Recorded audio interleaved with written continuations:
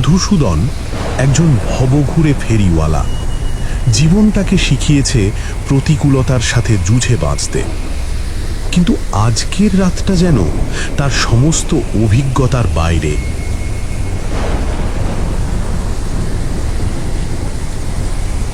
এমন ঘোর অন্ধকার, এমন অবিরাম বৃষ্টি আর এমন নিঝুম গ্রাম সে আগে দেখেনি। ভয় আর একাকিত্ব তাকে গ্রাস করছিল। সে মনে মনে সৃষ্টিকর্তাকে ডাকছিল একটুকু আশ্রয়, একটুকু উষ্ণতার জন্য।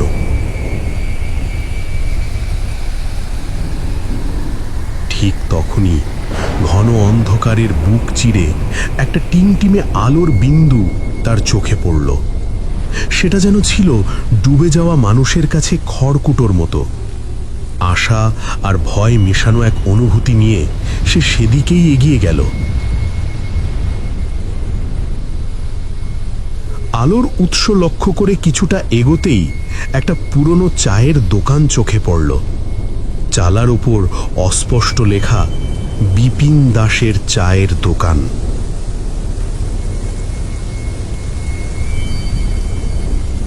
দোকানে পা রাখতেই এক ঝলক উষ্ণ হাওয়া আর মাটির উনুনের সোদা গন্ধে মধুসূদনের শরীরটা জুড়িয়ে গেল। দোকানের মালিক হাসি মুখে তাকে স্বাগত জানালো। আরে ভাই, এই দুর্যোগে কোথায় যাবে? বসো বসো, গাটা একটু সেকে নাও। চা খাবে তো? আমার হাতের চা একবার খেলে ভুলতে পারবে না। হারকিনের কাপা আলোয় দোকানের পরিবেশটা ঘরোয়া লাগছিল। জনা তিনেক খদ্দের বসে আছে। তাদের মধ্যে কোনো কোলাহল নেই। তারা নিচু গলায় নিজেদের মধ্যে কথা বলছে, যেন জগতের কোনো ঝড় ঝাপটাই তাদের স্পর্শ করতে পারে না। তাদের চোখে মুখেও এক অদ্ভুত নীরবতা। মধুসূদনের রঙিন চুড়ি, ফিঁতি, আলতার ঝুড়িটা এই শান্ত সাদামাটা পরিবেশে বড্ড বেমানান লাগছিল। হ্যাঁ খুড়ো, এক ভাঁড় গরম চা হলে প্রাণটা বাঁচে। আজ সারা দিনের পরিশ্রমে আর এই ঠান্ডায় শরীরটা জবু থবু। রাতটা কাটানোর মতো কোনো জায়গা কি হবে এখানে? পথেই তো রাত হয়ে গেল, আর এই ঝড় বৃষ্টি থামার কোনো লক্ষণও দেখছি না। আরে চিন্তা কিসের? আমার দোকানের পেছনের ঘরেই ব্যবস্থা হয়ে যাবে। বিছানাপত্র সব আছে। আজ রাতে তুমি আমার অতিথি। মধুসূদন যেন হাঁপ ছেড়ে বাঁচল। তার মনে হলো এই গ্রামের মানুষগুলো বেশ সহজ সরল আর অতিথিপরায়ণ। তার যাবতীয় ক্লান্তি আর ভয় যেন এই উষ্ণ আতিথেয়তার ছোঁয়ায় কিছুটা হলেও দূর হলো। সে আশ্বস্ত হয়ে একটা কাঠের বেঞ্চে বসল। চা হাতে নিয়ে শরীরটা যখন একটু সতেজ হলো, তখন আড্ডাটা জমাতে সে নিজেই কথা শুরু করল।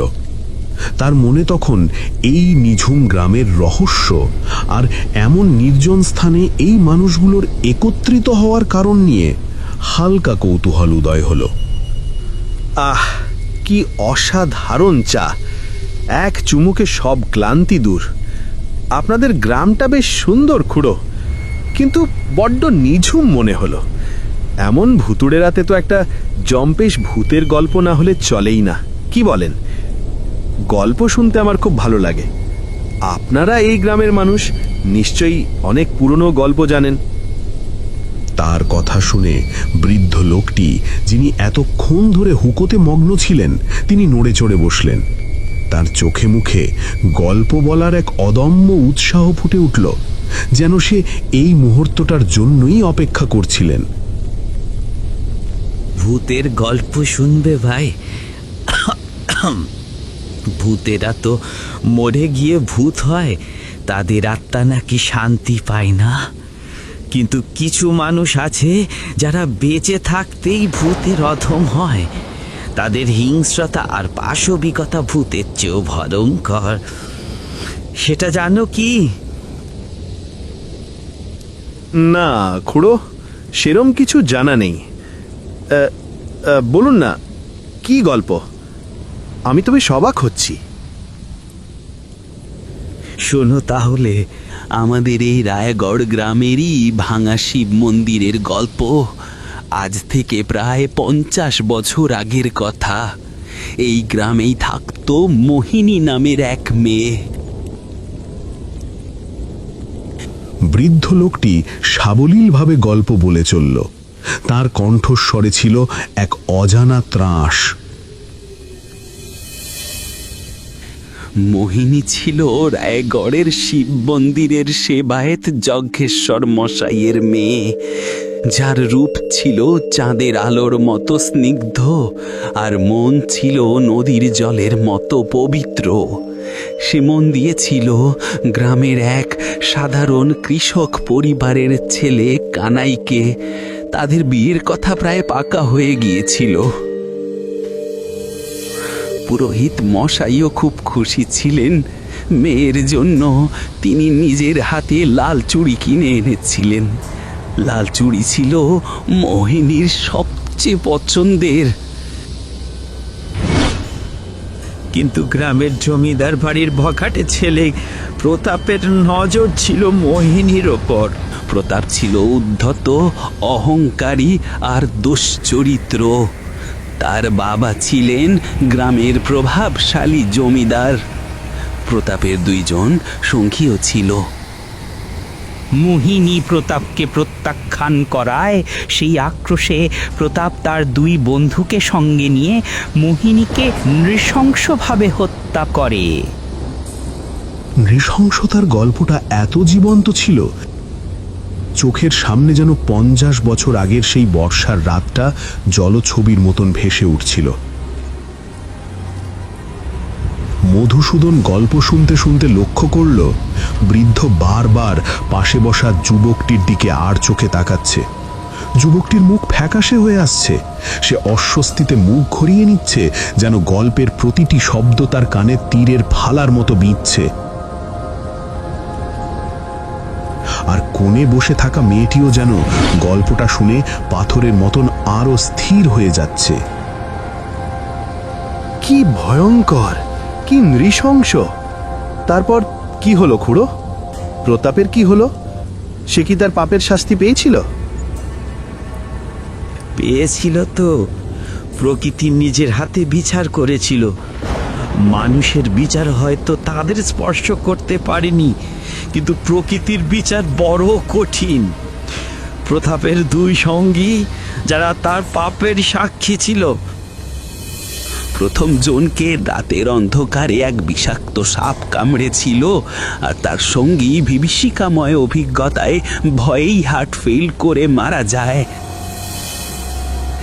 আর তারপর একদিন রাতে, ঠিক এমন এক ঝড় বৃষ্টির রাতে, যখন সমস্ত গ্রাম নিঝুম, মোহিনীর আত্মা প্রতাপকে টেনে নিয়ে যায় ওই মন্দিরের সিঁড়িতে, যেখানে সে তার সব হারিয়েছিল, যেখানে তার জীবন কেড়ে নেওয়া হয়েছিল।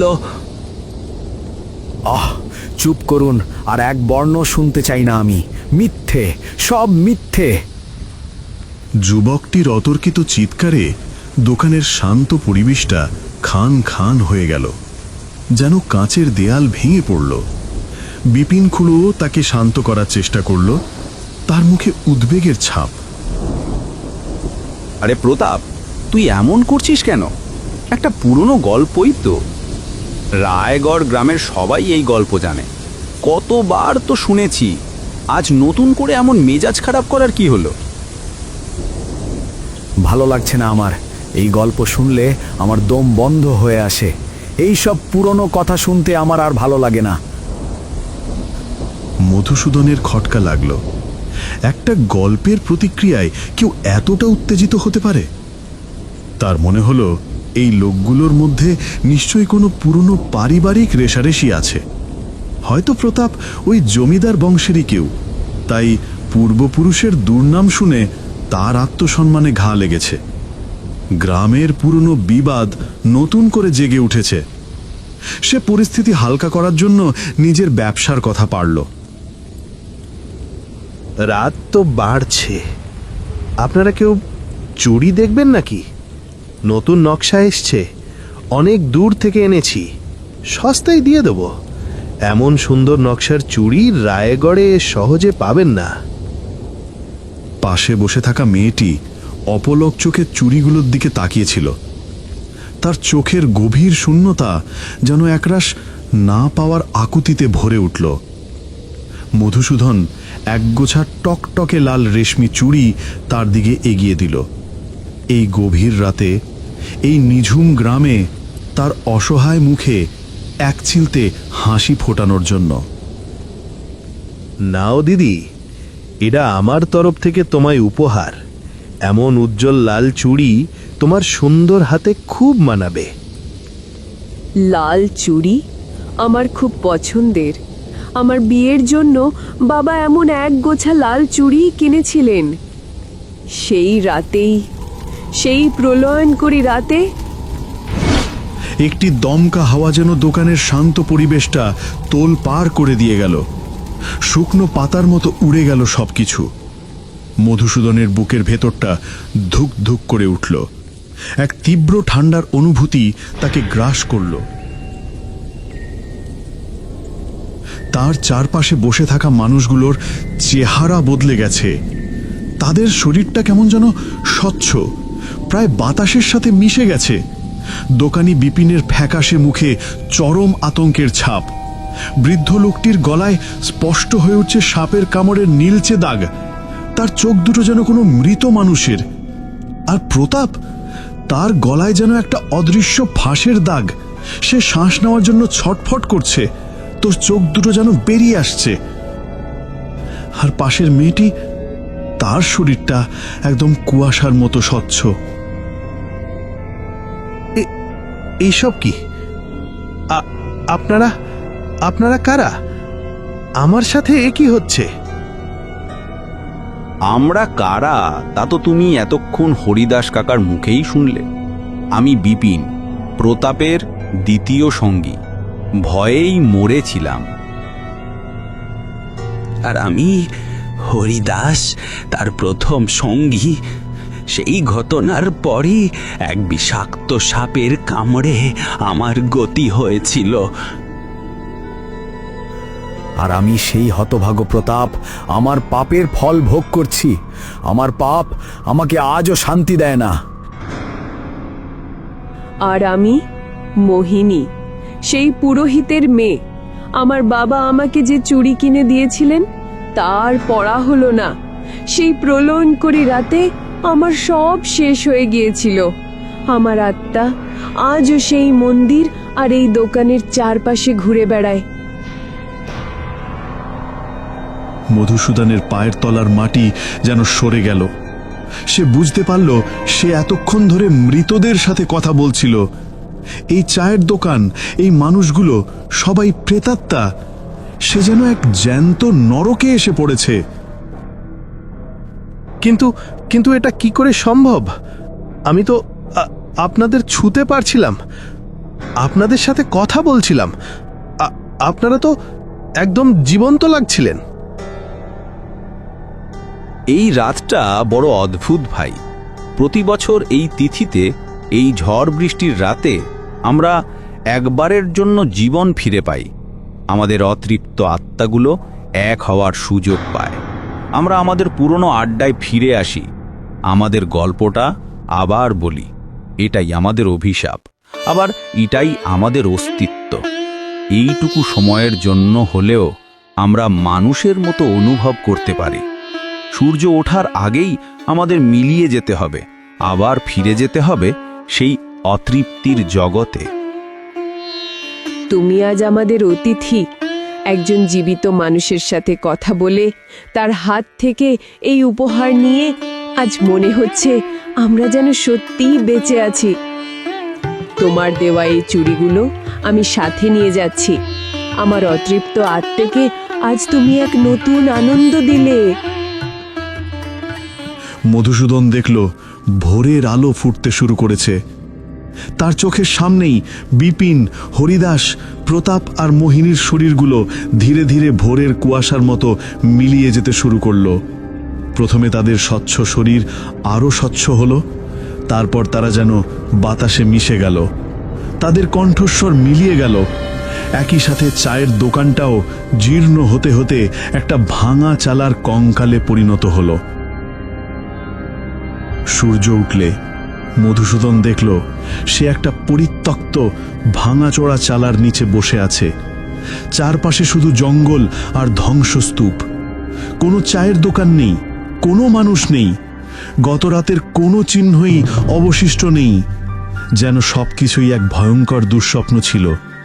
শুধু তার পাশে পড়ে আছে একটা খালি মাটির ভাঁড়। মধুসূদন কাঁপতে কাঁপতে উঠে দাঁড়ালো। সে কি স্বপ্ন দেখছিল, নাকি সত্যি এক রাত মৃতদের অতিথি হয়ে কাটিয়ে গেল? তার মন আর শরীর দুটোই যেন সম্পূর্ণ অসাড় হয়ে গেছে। তার বিশ্বাস হচ্ছে না যে সে এখনো বেঁচে আছে। হঠাৎ তার চোখ গেল মাটিতে পড়ে থাকা একটা জিনিসের ওপর।